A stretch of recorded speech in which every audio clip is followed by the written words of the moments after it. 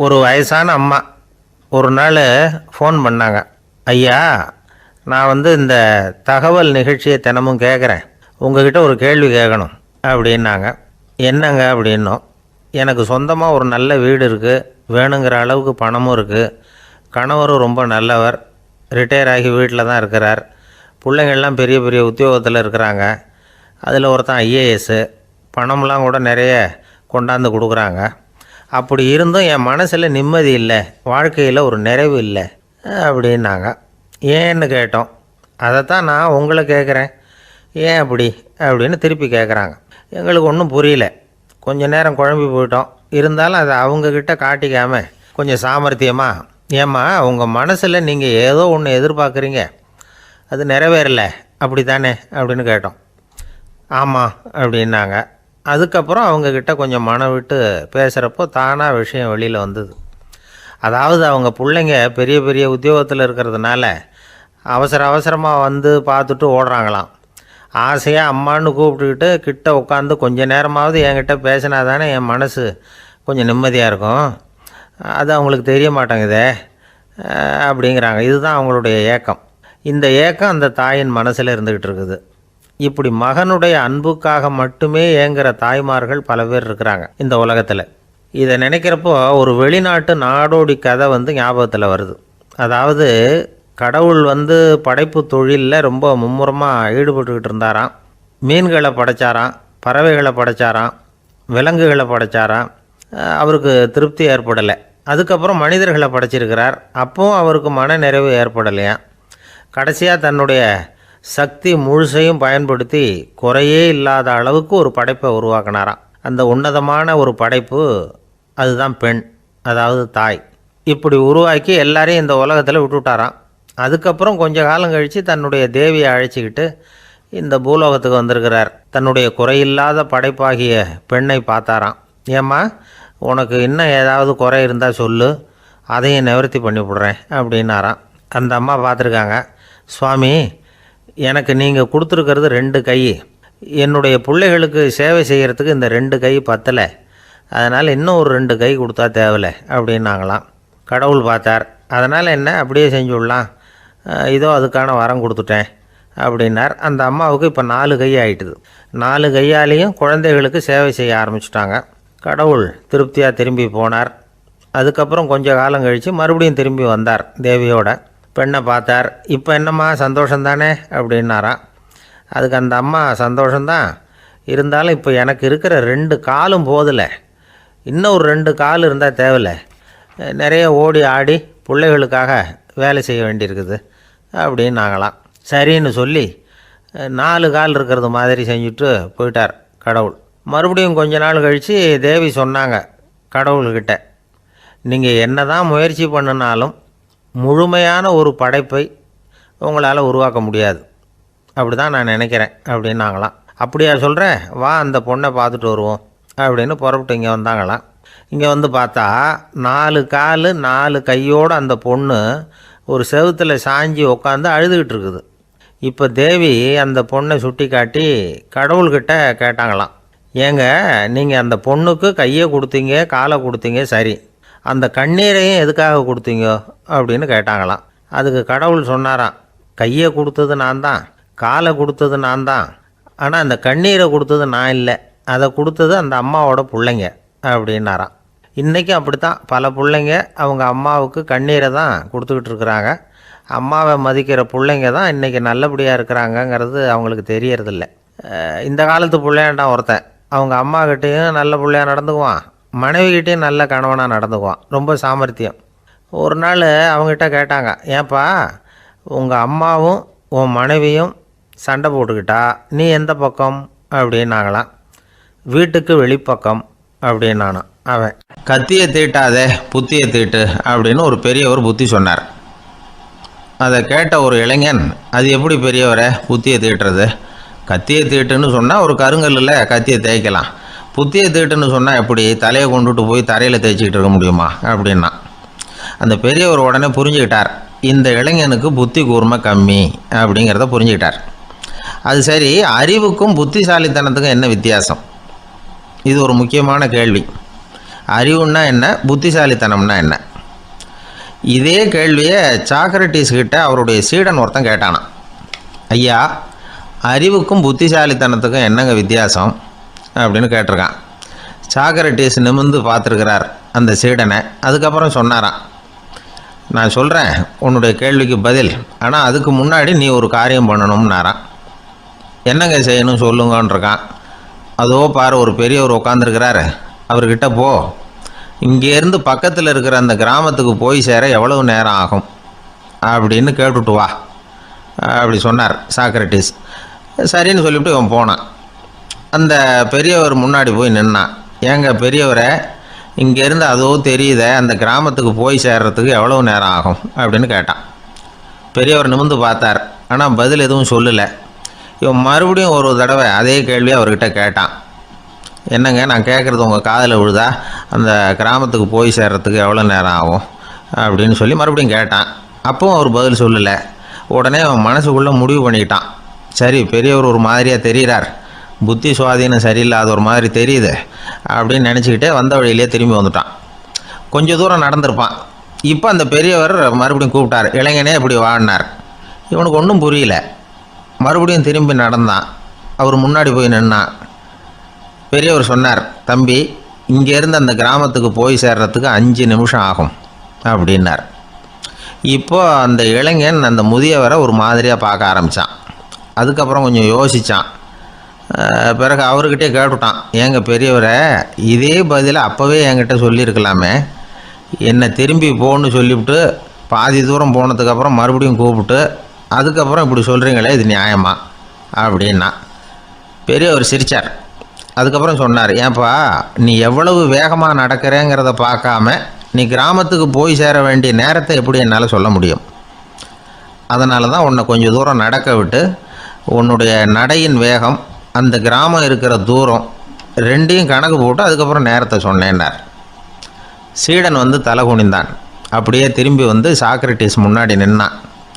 Socrates இப்போ சொல்கிறார், தம்பி, அதுக்கு பேர் தான் புத்திசாலித்தனம்.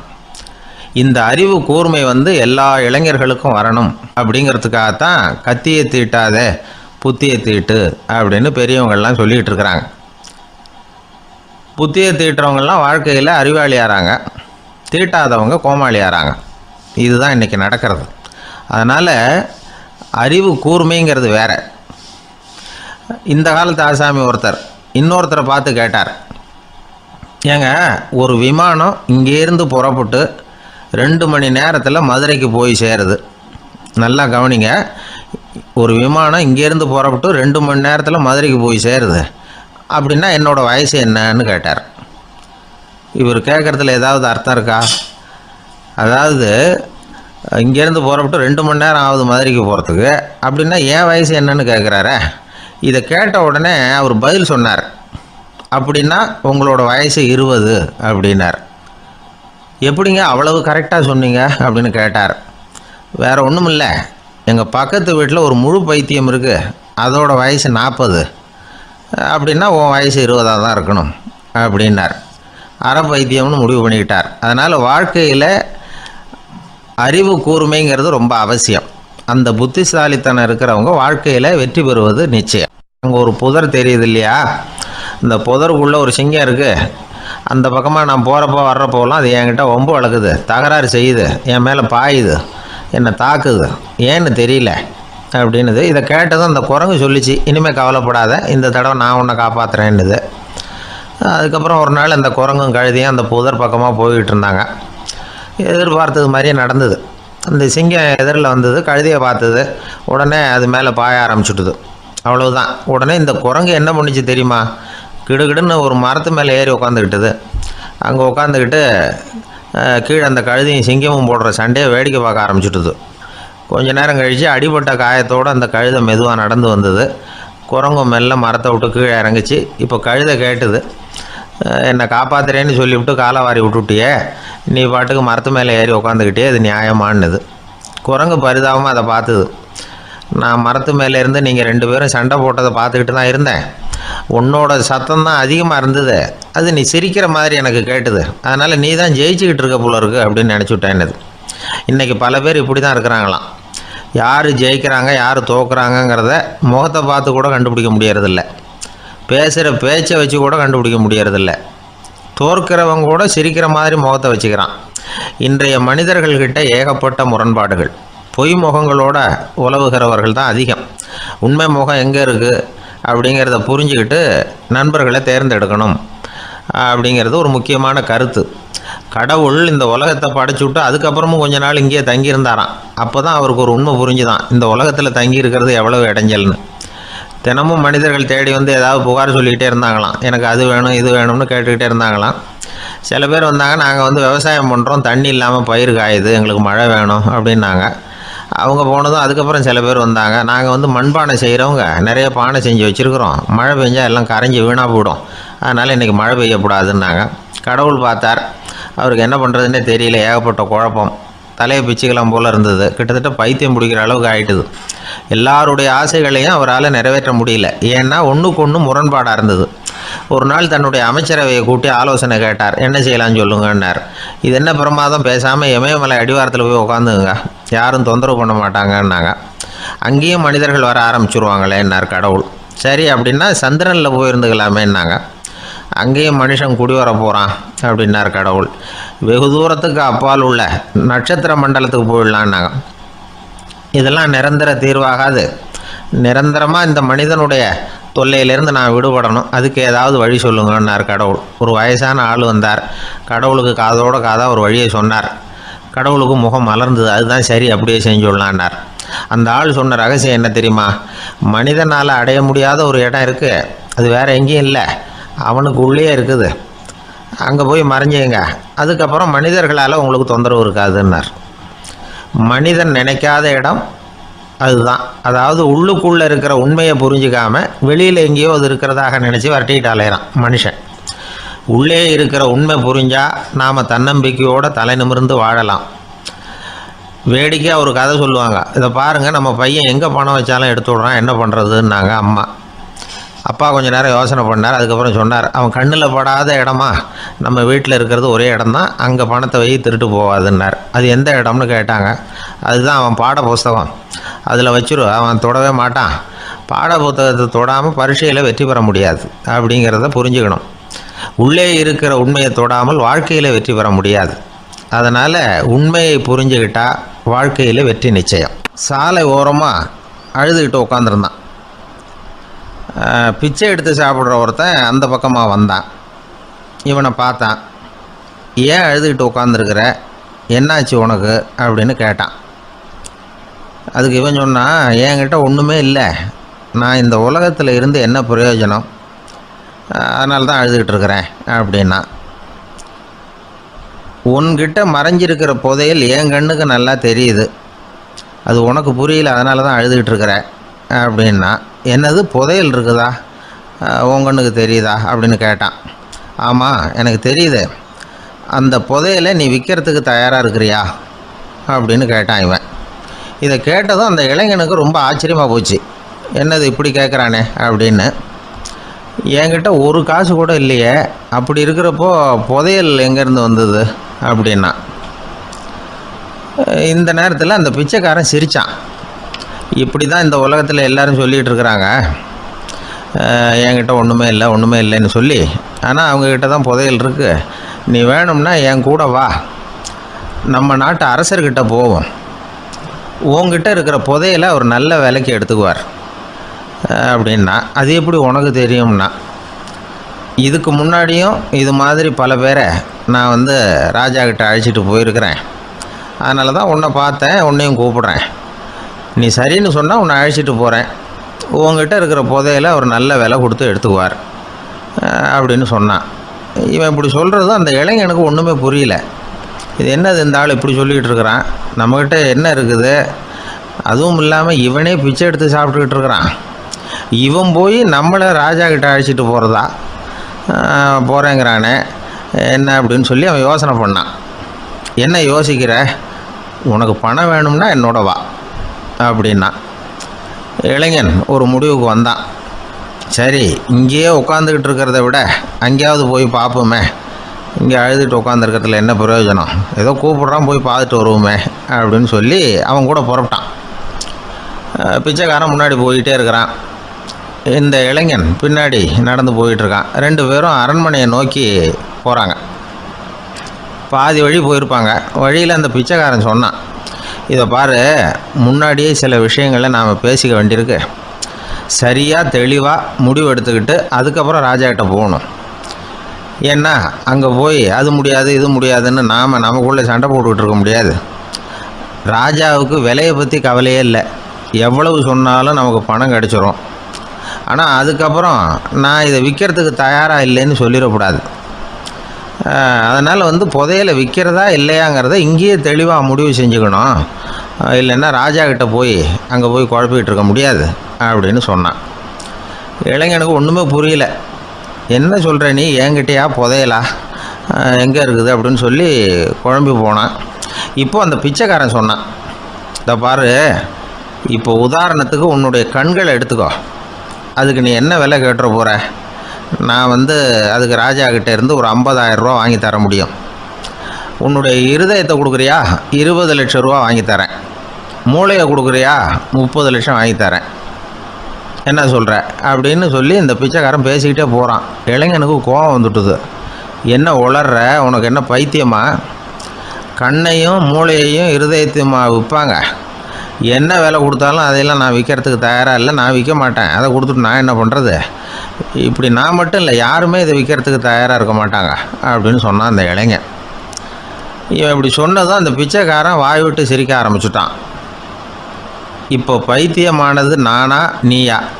லட்சக்கணக்கான கோடிக்கணக்கான ரூபாய் பொறுமானம் உள்ள பொருள்களை உங்ககிட்டயே வச்சுக்கிட்டு விற்க முடியாதுன்னு சொல்கிற நீ தான் ஏழை. என்கிட்ட ஒன்றுமே இல்லைன்னு மரத்தடியில் உட்காந்து அழுதுகிட்டு இருக்கிறியே அப்படின்னு சொன்னான். இன்றைக்கி பார்த்திங்கன்னா பல பேர் தன்கிட்ட புதைஞ்சிருக்கிற ஆற்றலை புரிஞ்சிக்க முடியாமல் அவதிப்பட்டுக்கிட்டு இருக்கிறாங்க. நம்மக்கிட்ட என்ன இருக்குங்கிறது அவங்களுக்கு தெரியறதில்ல.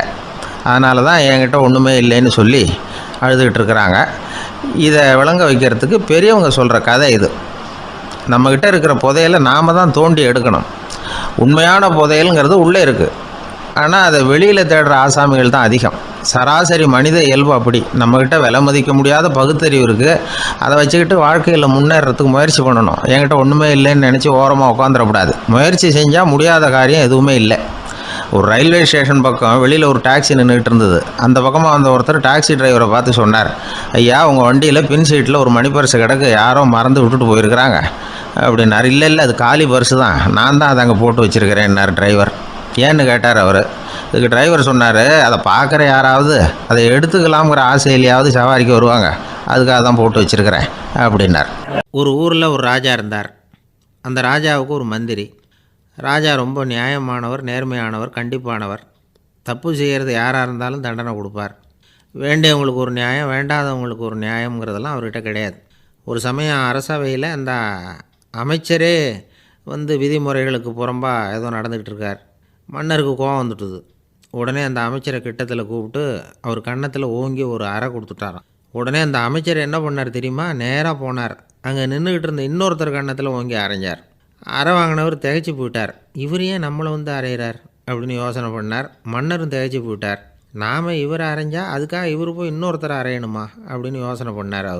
இவருக்கு என்ன பைத்தியமானு கூட நினைக்க ஆரம்பிச்சுட்டார். ஆனால் என்ன ஆச்சுன்னா, அப்புறம் அமைச்சர் அவர் கவனிச்சிக்கிட்டு இருந்தாரா, அவர் இன்னொருத்தர் அரைஞ்சார் இல்லையா, அந்த அறை வாங்கின ஆசாமியை பார்த்து கத்திக்கிட்டு இருந்தார். யார்? அமைச்சர். ஏன்பா என்கிட்ட அறையை வாங்கிக்கிட்டு இப்படி விவரம் இல்லாமல் நின்றுட்டு இருக்கிறியே, நான் உனக்கு கொடுத்ததை நீ வேறு யாருக்கிட்டையாவது கொடுத்துரு அப்படின்னார். உடனே அந்த ஆள் பார்த்தான். தனக்கு அடுத்தபடியாக நின்றுக்கிட்டு இருந்தவனை ஓங்கி ஒரு அறை அரைஞ்சான். அவன் கன்னத்தை தடவிட்டே யோசனை பண்ணான். இது ஏதோ புரிஞ்சுக்கிட்ட மாதிரி அடுத்தாப்பில் நின்றுக்கிட்டு இருந்தவனை அரைஞ்சான். இப்படி இந்த அறை மாறி மாறி போய்கிட்டே இருக்குது. ஊர் பூரா பிரயாணம் பண்ண ஆரம்பிச்சுட்டுது. அன்றைக்கி ராத்திரி அந்த ராஜா படுக்கிறதுக்காக போனார். அந்த நேரம் பார்த்து அவர் கன்னத்தில் பலார்னு ஒரு அறை விழுந்தது. நம்மளே அரையிறது யார் அப்படின்னு அதிர்ச்சியோட மன்னர் திரும்பி பார்க்குறாரு. அரைஞ்சது அவரோட மனைவி. என்னாச்சு உனக்குன்னு கத்துனார் ராஜா. உங்களுக்கு தெரியாதா, ஊர் பூரா ஒருத்தர் மாற்றி ஒருத்தர் மூலமாக இந்த அறை பிரயாணம் பண்ணிக்கிட்டு வருது அப்படின்னாங்க அந்த அம்மா. அப்படின்னா ஆரம்பித்த இடத்துக்கே வந்துட்டுதா அப்படின்னாராம் மன்னர். என்ன சொல்கிறீங்கன்னு கேட்டிருக்காங்க. இவர் விவரத்தை சொன்னாராம். அப்படின்னா நீங்கள் ஆரம்பித்து வச்ச இந்த விளையாட்டை நான் முடிச்சு வச்சுட்டேன் அப்படின்னாங்களாம் அந்த அம்மா. மறுநாள் காலை மறுபடியும் அரசவை கூடிச்சு அந்த அமைச்சர் மன்னரை பார்த்து கேட்டார், என்ன மகாராஜா, என்கிட்ட கொடுத்ததை திருப்பி வாங்கிட்டீங்களா அப்படின்னாராம். இப்படி நடக்கும்னு நான் எதிர்பார்க்கவே இல்லைன்னார் மன்னர். ஆனால் நான் எதிர்பார்த்தேன். அது எங்கே போயிட போகுது, ஊர் பூரா சுற்றி கடைசியில் உங்ககிட்ட தான் வந்து சேரும் அப்படிங்கிறது எனக்கு தெரியும் அப்படின்னாராம் அமைச்சர். இந்த கதை வேடிக்கையாக இருந்தால் கூட இதில் உள்ள கருத்து முக்கியமானது. இந்த உலகத்தில் பல கருத்துக்கள் இப்படி தான் மாறி மாறி சுற்றி வந்துக்கிட்டே இருக்குது. நம்மளும் ஒருத்தன் தன்னுடைய நண்பன் ஒருத்தனை கடத்தெருவில் பார்த்தான். உடனே ஓடி போய் பலார்னு ஒரு அறை கொடுத்தானா. அவன் கண்ணத்தை தடவிட்டு ஏன்டா என்ன அரைஞ்சேன்னு கேட்டிருக்கான். நீ ஏன்டா என்னை முட்டாள்னு என் மனைவிட்ட போய் சொன்னேன் அப்படின்ட்டுருக்கான் அவன். உன்னை ஒரு முட்டாள்னு சொன்னதுக்காகவா நீ என்ன அரைஞ்ச அப்படின்னு கேட்டிருக்கான் இவன். டேய், நான் அதுக்காக அறையலப்பா, அது ஒரு பெரிய ரகசியம். நான் முட்டாளுங்கிறது அந்த ரகசியத்தை நீ ஏன் எங்கள் வீட்டில் போய் சொன்னேன், அதுக்காக தான் அரைஞ்சேன் அப்படின்னு நானும் அவன். ஒரு ஊரில் ஒருத்தர் இருந்தான். ஏதோ ஒரு சின்ன அலுவலகத்தில் வேலை பார்த்துக்கிட்டு இருந்தான். ரொம்ப ஏழை. வர்ற கொஞ்சம் வருமானத்தை வச்சு வாழ்க்கையை ஓட்டிகிட்டு இருந்தான். ஒரு நாள் தெரு வழியாக அவன் நடந்து வந்துக்கிட்டு இருக்கிறான். தெருவில் ஒரு காசு கிடந்தது. அதை பார்த்துட்டான். அது குனிஞ்சு எடுத்தான். அது ஒரு பழங்கால காசு. அந்த காசு நடுவில் ஒரு துளை இருந்தது. அதாவது துளையிட்ட நாணயம். பழங்காலத்தில் புழக்கத்தில் இருந்த ஒரு நாணயம் அது. துளையிட்ட நாணயம் கிடச்சிதுன்னா ரொம்ப நல்லது, அது அதிர்ஷ்டம் அப்படின்னு ஒரு நம்பிக்கை உண்டு. இவன் கையில் அது கிடைச்சதும் ரொம்ப சந்தோஷப்பட்டான். இனிமேல் என்னுடைய கஷ்டம்லாம் தீரப்போகுது, அதிர்ஷ்டம் என்னை தேடி வரும், நான் பணக்காரன் ஆகிடுவேன் அப்படின்னு சொல்லிட்டு அந்த காசை தன்னுடைய கோட்டு பையில் பத்திரமா போட்டு வச்சுக்கிட்டான். அடிக்கடி அதை தொட்டு பார்த்துக்கிறது உண்டு, வெளியில் எடுக்க மாட்டான். இப்படியே கொஞ்ச காலம் ஆச்சு. அதுக்கப்புறம் என்னாச்சு தெரியுமா? நிஜமாகவே அதிர்ஷ்டம் அவனை தேடி வர ஆரம்பிச்சிட்டுது. செல்வம் குவிஞ்சுது. பணம், பதவி, புகழ் எல்லாம் சேர்ந்தது. சமூகத்தில் அவன் ஒரு பெரிய மனுஷன் ஆகிட்டான். எல்லாரும் அவனை பாராட்டினாங்க. அவன் எதை தொட்டாலும் வெற்றி, எல்லாம் அந்த காசோட மகிமை அப்படின்னு அவன் மனசுக்குள்ளே நினச்சிக்கிட்டான். தினமும் காலையில் அந்த கோட்டை போட்டுக்கிட்டு தான் வெளியில் கிளம்புவான். புறப்படுறதுக்கு முன்னாடி கோட்டு பாக்கெட்டை தொட்டு பார்த்துக்குவான், உள்ளே காசு இருக்கா அப்படிங்கிறத உறுதிப்படுத்திக்குவான். அதுக்கப்புறம் தான் வெளியில் கிளம்புவான். இப்படியே பல வருஷம் ஓடி போச்சு. ஒரு நாள் அவனுக்கு அந்த ஆசை வந்துட்டுது. அதாவது அந்த துளையிட்ட நாணயத்தை எடுத்து கண்ணால் பார்க்கணும் அப்படின்னு. காலையில் சாப்பிட்டுக்கிட்டு இருந்தான். அப்போ தன்னுடைய மனைவிகிட்ட சொன்னான், ரொம்ப நாளைக்கு அப்புறம் என்னுடைய அந்த நாணயத்தை இன்றைக்கி வெளியில் எடுத்து பார்க்க போகிறேன்னா. என்னத்துக்கு அது, இப்போ அதை பார்க்க வேணாமே அப்படின்னு மெதுவாக இழுத்தாங்க அந்த அம்மா.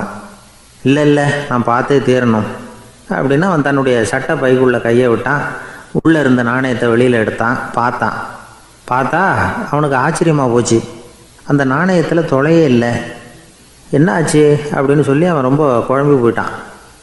இப்போ அந்த அம்மா சொன்னாங்க, நான் தான் ஒரு நாள் உங்கள் கோட்டு ரொம்பவும் தூசியாக இருக்கேன்னு சொல்லி அதை ஜன்னலுக்கு வெளியில் உதறினேன். உள்ளே இருந்த அந்த காசு அப்போ எனக்கு தெரியாது, ஞாபகத்தில் இல்லை. அது தெருவில் விழுந்துட்டது போல இருக்கு. அதுக்கப்புறம் எவ்வளவோ தேடி பார்த்தேன், கிடைக்கல. அதுக்குள்ளே அதை யாரோ எடுத்துகிட்டு போயிட்டாங்க போல இருக்கு. அது இல்லைங்கிறது உங்களுக்கு தெரிஞ்சால் வருத்தமாக இருக்குமேங்கிறதுக்காக நான் தான் வேறு ஒரு நாணயத்தை எடுத்து சட்டை பைக்குள்ளே வச்சுட்டேன் அப்படின்னு விவரத்தை சொன்னாங்க அந்த அம்மா. இது எப்போ நடந்ததுன்னு கேட்டான். உங்களுக்கு அந்த காசு கிடைச்சதே அன்றைக்கி மறுநாளே இது நடந்து போச்சு அப்படின்னாங்களாம். இதை கொஞ்சம் யோசனை பண்ணி பாருங்கள். அவனுக்கு அதிர்ஷ்டத்தை கொடுத்தது அந்த நாணயம் இல்லை, அவனுடைய நம்பிக்கை, அதாவது தன்னம்பிக்கை. அதுதான் வேலை செஞ்சுருக்கு. இதிலிருந்து நாம் தெரிஞ்சுக்க வேண்டியது என்னென்னா, வாழ்க்கையில் முன்னேற நினைக்கிறவங்களுக்கு தன்னம்பிக்கை ரொம்ப முக்கியம். அது இல்லைன்னா முன்னேற முடியாது. ஒருத்தன் சொன்னானா, நான் எப்போவுமே என்ன தான் சார் நம்புவேன், மற்றவங்கள நம்ப மாட்டேன். நேற்றுக்கு பாருங்கள், திடீர்னு 10 பேர் என்னை அடிக்க வந்துட்டாங்க, நான் ஒருத்தனாகவே அதை சமாளித்தேன் அப்படின்றான் ரொம்ப பெருமையாக. அது எப்படின்னு கேட்டாங்களாம். ஒரே ஓட்டமாக அங்கேருந்து ஓடி வந்துட்டேன் அப்படின்னு நானா. வாழ்க்கையில் ரொம்பவும் அடிபட்டு அல்லல் போட்டுக்கிட்டு இருக்கிற ஒருத்தர் வந்தார். மனசு ரொம்பவும் நொந்து போய் பேசினார். இந்த உலகத்தில் மனுஷனாக பிறந்ததை விட மாடாக பிறந்திருக்கலாம் சார் அப்படின்னார். திடீர்னு என்கிட்ட இப்படி சொன்னால் அதுக்கு நான் என்னங்க பண்ண முடியும் அப்படின்னேன். உங்ககிட்ட வரணும்னு தோணுச்சு, அதனால் வந்தேன் அப்படின்னார். சரிங்க, இப்படி ஒரு யோசனை வந்ததுக்கு என்ன காரணம் அப்படின்னு சொல்லி அவர்கிட்ட கேட்டேன். அதுக்கு அவர் சொன்னார், என் பையனுக்கு வேலை தேடுறேன் கிடைக்கல, பொண்ணுக்கு மாப்பிள்ளை தேடுறேன் கிடைக்கல, வீடு கட்டுறதுக்கு கடன் கேட்குறேன் கிடைக்கல. மாடாக பிறந்திருந்தா இது மாதிரி கவலையெல்லாம் கிடையாதுல்ல. பேசாமல் வைக்கோலை தின்னுக்கிட்டு அசை போட்டுக்கிட்டே கடந்து விடலாமே அப்படின்னாரு அலட்சியமாக. அதுக்கப்புறம் தான் அவர் சொன்ன கருத்தை நானும் கொஞ்சம் அசை போட ஆரம்பித்தேன் மனசுக்குள்ளே. இப்போது இயற்கையை பொறுத்த வரைக்கும் அது நாம் எல்லாரும் மகிழ்ச்சியாக வாழணும் அப்படின்னு தான் விரும்புது. விலங்குகள், பறவைகள், தாவரங்கள், அப்புறம் மற்ற உயிரினங்கள் எல்லாமும் நல்லபடியாக இருக்கணும் அப்படிங்கிறது தான் இயற்கையோட விருப்பம். அதில் ஒன்றும் சந்தேகம் இல்லை. இயற்கையோட அமைப்பை கொஞ்சம் கவனித்து பார்த்தா அதை நாம் நல்லா புரிஞ்சுக்கலாம். இருந்தாலும் இந்த ஆள் சொன்னதை கேட்ட பிறகு தான் ஒரு முக்கியமான வேறுபாடு புரிஞ்சுது. அதாவது இந்த உலகத்தில் உள்ள முக்கியமான பிரச்சனைகள் 6. அந்த 6 பிரச்சனைகளும் ஆடு மாடுகளுக்கு கிடையாது, மரம் செடி கொடிகளுக்கு கிடையாது. ஆனால் மனுஷன் அந்த 6 பிரச்சனைகளையும் சந்திக்க வேண்டியிருக்கு. சரி, அந்த 6 பிரச்சனைகள் என்னென்ன தெரியுமா? முதல்ல இந்த ஆடு மாடுலாம் நமக்குன்னு சொந்தமாக ஒரு வீடு இல்லையே அப்படின்னு கவலைப்பட்டுக்கிட்டு இருக்கிறதில்ல. ஆனால் மனிதனுக்கு வீடு தேவைப்படுது. இது ஒரு வித்தியாசம். இப்போ 2வது பிரச்சனை என்னென்னா ஆடை பிரச்சனை. ஒரு கோழியோ சேவலோ நாம் போட்டுக்கிறதுக்கு ஒரு சட்டை இல்லையே அப்படின்னு கவலைப்படுறதில்ல. ஆனால் மனுஷனுக்கு அந்த கவலை உண்டு. சரி, இப்போ 3வது என்னன்னு பார்த்தா கல்வி பிரச்சனை. ஒரு பசுமாடு கவலையோடு நின்றுக்கிட்டு இருக்கு அப்படின்னு வச்சுக்குவோம். நீங்கள் அதுக்கிட்ட போய் ஏன் பசுமாடை கவலையோடு நின்றுக்கிட்டு இருக்கிற அப்படின்னு கேட்குறீங்க. என் கண்ணுக்குட்டிக்கு எல்கேஜியில் இடம் கிடைக்கல, டொனேஷன் கொடுக்கறதுக்கு கையில் பணமும் கிடையாது, சிபாரிசுக்கு யாரை பிடிக்கிறதுன்னு தெரியல, இப்படியா சொல்லிகிட்டு இருக்கோம். அதுக்கு அந்த கவலையெல்லாம் கிடையாது. ஆனால் மனிதனுக்கு அந்த கவலை உண்டு. 4வது என்னன்னு பார்த்தீங்கன்னா வேலைவாய்ப்பு பிரச்சனை. வேலை கிடைக்கலையே அப்படின்னு வேப்ப மரம் கவலைப்படுறதில்ல, ஆனால் மனுஷன் கவலைப்படுறான். 5வது என்னன்னு பார்த்தா கல்யாண பிரச்சனை. எருமை மாடு பசு மாடு எல்லாம் பொண்ணுக்கு மாப்பிள்ளை தேடிட்டாலே இது பேப்பரில் மணமகன் தேவை அப்படின்னு விளம்பரமாக கொடுக்குது, அதெல்லாம் கிடையாது. 6வது என்னன்னு பார்த்தீங்கன்னா பணம் சம்பந்தமான பிரச்சனை. ஆடு மாடுலாம் பணத்தை சேமிக்கணும்னோ ஏதாவது நிதி நிறுவனத்தில் முதலீடு பண்ணணும்னோ நினச்சிக்கிட்டு இருக்கிறதில்ல. பணத்தை எப்படி காப்பாற்றுறது அப்படிங்கிற கவலையும் அதுகளுக்கு கிடையாது. குதிரை குளம்போடு பிறக்குது, அதனால் அது காடு மேடெல்லாம் கவலை இல்லாமல் தெரியலாம். ஆடு உடம்புல ரோமத்தோடு பிறக்குது, அதனால் அது குளிரை பற்றி கவலைப்பட வேண்டிய அவசியம் இல்லை. ஆனால் மனுஷனை பார்த்திங்கன்னா அவன் தான் ஒன்றுமில்லாமல் பிறக்கிறான். ஏன் இந்த பாகுபாடு அப்படின்னு கேட்டால் இதை பற்றி கொஞ்சம் சிந்தித்து பார்க்கணும். அதாவது இந்த சந்தேகத்தை ஒரு பெரியவர்கிட்டையும் கேட்டேன். அவர் சொன்னார் இதுக்கு பதில். அவர் இதே கேள்வியை இயற்கை கிட்ட கேட்டாராம். இயற்கை பதில் சொல்லிச்சான். வேறு யாருக்கும் கொடுக்காத ஒரு வலுவான கருவியை, ஒரு பவர்ஃபுல் வெப்பன் மனுஷனுக்கு கொடுத்துருக்குறேன்னு, அந்த கருவியை உபயோகப்படுத்தி அந்த 6 பிரச்சனையை மட்டும் இல்லை 6 கோடி பிரச்சனைகள் இருந்தாலும் அதையெல்லாம் சமாளிக்கலாம். அது கருவி என்ன தெரியுமா? அதுதான் 6வது அறிவு. அதை உபயோகப்படுத்தினா காலுக்கு செருப்பு தயார் பண்ணிக்கலாம், குளிருக்கு போர்வை தயார் பண்ணிக்கலாம், என்ன வேணும்னாலும் செய்யலாம் அப்படின்னு இயற்கை பதில் சொல்லிச்சான். அதனால் நாம் செய்ய வேண்டியது என்னென்னா இயற்கையை முதல்ல சரியாக புரிஞ்சுக்கணும். இயற்கையின் படைப்பையே நாம் சரியாக புரிஞ்சுக்கிறது இல்லையா, அதுதான் வேதனை. இந்த கதையை கேளுங்க. இப்போ நகரத்திலேருந்து ஒரு ஆள் கிராமத்துக்கு வந்தான். அங்கே ஒரு சிறுவன் மாடு மேய்ச்சிக்கிட்டு இருந்தான். நகரத்து ஆள் சொன்னான், எவ்வளோ அழகான பசு, அது சரி இதுக்கெல்லாம் ஏன் கொம்பு இல்லைன்னா. இதுக்கு அந்த பையன் பதில் சொன்னான், பசுமாட்டுக்கு கொம்பு இல்லாததுக்கு பல காரணங்கள் உண்டு. கண்ணுக்குட்டியாக இருந்தால் கொம்பு இருக்காது, பசு வளர்ந்து பெருசானதுக்கு அப்புறம் தான் கொம்பு முளைக்கும், இது ஒரு காரணம். சில சமயம் வளர்கிற கொம்பை எடுத்து விடுறது உண்டு, அது ஒரு காரணம். ஆனால் இதுக்கு ஏன் கொம்பு இல்லைன்னு கேட்குறீங்க. அதுக்கு என்ன காரணம்னா இது பசு இல்லை குதிரை அப்படின்னா. ஜெருசலேம் அங்கே உள்ள ஒரு தேவாலயம். அதில் உள்ள பலிபீடத்தின் முன்னாடி ஒரு பெட்டி உண்டு. அது காணிக்கை பெட்டி. ஆலயத்துக்கு வர்றவங்க பிரார்த்தனை பண்ணிவிட்டு திரும்பி போகிற சமயத்தில் அந்த பெட்டியில் காணிக்கை போடுவாங்க. அவங்களால எவ்வளவு முடியுமோ அவ்வளவு போடுறது வழக்கம். அவங்கவுங்க வசதிக்கு தகுந்த மாதிரி போடுவாங்க. வசதி உள்ளவங்களாக இருந்தாலும் சரி, வசதியே இல்லாத வறியவர்களாக இருந்தாலும் சரி, ஆலய காணிக்கை பெட்டியில் காசு போடுறது அவங்களுக்கு ரொம்ப பெருமையான ஒரு செயல். ஒரு சமயம் இயேசு தம்முடைய சீடர்களோடு அந்த ஆலயத்துக்கு வரார். அங்கே உட்காந்து ரொம்ப நேரம் வழிபாடு பண்ணிகிட்ருக்கிறார். சீடர்களும் அந்த ஜபத்தில் கலந்துக்கிட்டாங்க. வழிபாடு முடிஞ்சுது. இயேசு உட்காந்துருக்கிறார். காணிக்கை பெட்டியில் காசு போடுறவங்கள கவனிக்கிறார். சீடர்களும் அதையே கவனிச்சிக்கிட்டு இருக்கிறாங்க. ரொம்ப பேர் வரிசையாக வந்தாங்க. அவங்களால முடிஞ்ச அளவுக்கு காசு போட்டுட்டு அவங்க பாட்டுக்கு போய்கிட்டு இருக்கிறாங்க. வசதியானவங்க நிறைய பேர் வந்தாங்க. அதுக்கு மத்தியில் வயசான ஒரு அம்மா, அவங்களும் வந்து காசு போட்டுட்டு போகிறாங்க. இப்போ இயேசு தன்னுடைய சீடர்கள் பக்கம் திரும்பினார், ஒரு கேள்வி கேட்டார். இப்போ இந்த காணிக்கை பெட்டியில் நிறைய பேர் வந்து காசு போட்டுட்டு போகிறத நீங்கள் கவனிச்சிங்க. இன்றைக்கி இந்த காணிக்கை பெட்டியில் ரொம்பவும் அதிகமாக காசு போட்டது யார் அப்படின்னு கேட்டார். முதல்ல வந்தார் ஒரு பெரிய மனுஷன், அவர் தான் அதிகமாக போட்டார் அப்படின்னார் ஒருத்தர். மூணாவதாக வந்தவர் தான் அதிகமாக போட்டார், நான் கவனித்தேன் அப்படின்னாரு இன்னொருத்தர். இப்படி ஆளுக்கு ஒரு விதமாக சொல்கிறாங்க. கடைசியாக இயேசு சொன்னாராம், இன்றைக்கு அந்த பெட்டியில் அதிகமாக காசு போட்டவங்க அந்த வயசான அம்மா தான் அப்படின்னாராம். சீடர்களுக்கு ஒன்றும் புரியல. அந்த அம்மா ரொம்பவும் ஏழையாச்சே, அவங்க எப்படி அதிகமாக காணிக்கை செலுத்த முடியும் அப்படிங்கிறது அவங்க சந்தேகம். இயேசு விளக்குனார். நிறைய பேர் வந்தாங்க, நிறையவே காசுகள் போட்டாங்க, அது உண்மைதான். ஆனால் அந்த அம்மா என்ன பண்ணாங்க கவனிச்சிங்களா? வந்தாங்க, தன்னுடைய காசு பையை திறந்தாங்க, அப்படியே கொட்டுனாங்க. அதில் இருந்தது 2 காசுகள் தான். அந்த 2 காசும் காணிக்கை பெட்டியில் விழுந்துட்டுது. மற்றவங்கள்லாம் தங்கள்கிட்ட இருந்த செல்வத்தின் ஒரு சிறு பகுதியை எடுத்து பெட்டியில் போட்டாங்க. ஆனால் இந்த அம்மா தன்கிட்ட என்ன இருந்ததோ அதை அப்படியே போட்டுட்டாங்க. தன்னுடைய பிழைப்புக்காக வச்சுருந்த அவ்வளவையும் இழக்கிறதுக்கு தயாராகிட்டாங்க. அவ்வளவு தாராள மனசு அவங்களுக்கு. அதனால் அவங்க செலுத்தின காணிக்கை தான் அளவில் அதிகம் அப்படின்னார். விலை மதிப்பில்லாத முத்து புதையல் ஒருத்தனுக்கு கிடைக்க போகுதுன்னு வச்சுக்கோங்க. அதன் மதிப்பை உணர்ந்தவன் என்ன பண்ணுவான்? அதை அடையிறதுக்காக தன்கிட்ட இருக்கிற எதையும் கொடுக்கறதுக்கு தயாராக இருப்பான் இல்லையா? அது மாதிரி தான் இதுவும் அப்படின்னார். உலக மதிப்பீடுகளை துரும்பாக தூசியாக மதித்து அதையெல்லாம் உதறி விடுகிறவன் இறையருள் அப்படிங்கிற இணையில்லாத செல்வத்தை பெறுகிறான் அப்படிங்கிறது இதில் உள்ள கருத்து. இறைவனுக்காக இழப்பதுன்னா துன்பப்படுகிறவர்களுக்காக, ஏழைகளுக்காக, ஏதுமற்றவர்களுக்காக இழப்பது அப்படின்னு அர்த்தம். உங்கள் அயலானுக்கு நீங்கள் என்ன உதவி செய்தாலும் அதை எனக்கே செய்கிறீர்கள் அப்படின்னு இயேசு சொல்லியிருக்கிறார். அடுத்தவங்களுக்கு உதவணுங்கிற குணம் இன்றைக்கி ரொம்ப குறைஞ்சி போச்சு. ஒருத்தன் வாழைப்பழத்தோல் வழுக்கி கீழே விழுந்துட்டான். பக்கத்தில் இருந்த நண்பன் உடனே இவனை தூக்கிக்கிட்டு போய் ஆஸ்பத்திரியில் சேர்த்துட்டான். அதுக்கப்புறம் சொன்னான், நீ அந்த வாழைப்பழத்தோலில் காலை வைக்க போகிறத முன்னாடியே நான் கவனிச்சுட்டேன் அப்படின்னு நானா.